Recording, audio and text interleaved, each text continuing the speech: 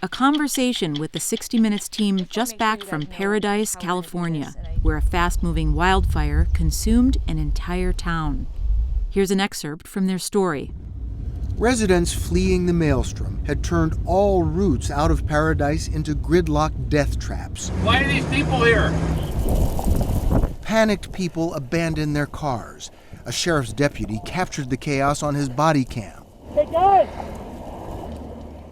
As horrible and as horrifying as it looked on these videos, in my experience, fires don't actually translate as intensely as they do in person. They're scary, they're loud, they're big.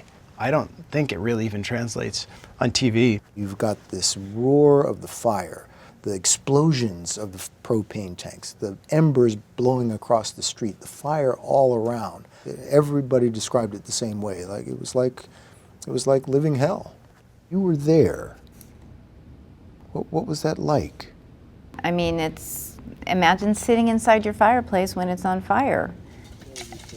So you guys got incredible access to this town and the authorities there and the process. How do you begin to earn the trust of the people in Paradise after what just happened within days? I would say that a lot of that groundwork was done by this young man right here. Ali went in a few days before we did. Were people reluctant to cooperate when you first arrived? Yeah, because people are dealing with a lot. And, here's this guy who's trying to get time with the sheriff. And when missing persons cases or Probably the worst disaster of his career. And he's skeptical. So what did you say to the sheriff to turn it around?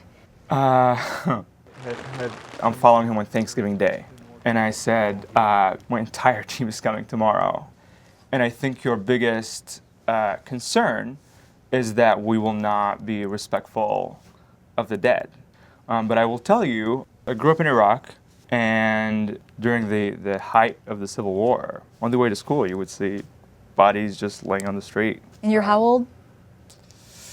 I was 16 years old, and I remember my parents talking to me about how that's not the way to respect people who had just died. So I can assure you, with that background, we will definitely be cautious and respectful in the way that we go about doing the story. Do you think that made a difference? Yeah. So were there things that you saw that you did not show in the 60 Minutes story or not film? Yes. We went into the morgue and they were going through the body bags.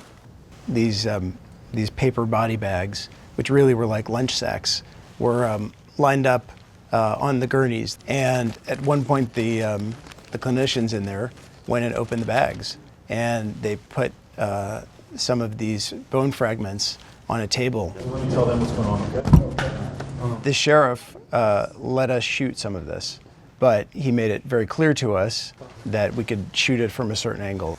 Looking for teeth, jaws or fragments of jaws. So you could see it in some of our shots where you could see what's going on, but not really get too close to where it's disrespectful to that person. Some of these interviews with victims' families, it's almost like triage, emotional triage. There's also some second guessing going on. What more could I have done? And I was there at record speed, and I still couldn't get through. Yeah. There's just... I honestly think if I could have got through, she would have had a chance. I hear all of you say, if only if I'd only done this. Right. But you got to realize that this fire was so tremendous that there's nothing you guys could have done. You have to always remember that this person is grieving, and you're asking them to do something quite unnatural. Sit in front of a camera and talk to the world. It's almost like you want to hold their hand. I appreciate this. I appreciate you guys. Mark and Bill, when we look in the archives of CBS News, we see dozens of stories on wildfires reported by you two. The fear is that this fire will link up with another to the south and form a massive firewall. The story will continue after this. Mark and I both used to work in the Los Angeles Bureau.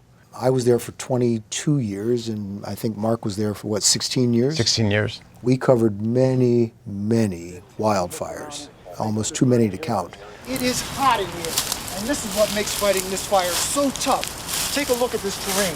It is so steep and so dry. You know, in so many of them it says the worst fire ever. And at the rate the fire is spreading, they fear it could become the worst. And then the next one is the worst fire ever. The worst fires in San Diego County's recorded history. And then you have this story, which is The worst fire ever. Yeah. Yeah. So what are you seeing? I think that's it. That's what I see, that these fires get worse and worse every year. There used to be a fire season. By the time I moved from California 22 years later, there are fires all year long. There was a time when 5, 8 people died. You would say, oh my God, that is a horrible, horrible fire. This time, almost 90 people, that's unheard of. And the scientists and the firefighters tell us they expect that next year will be worse.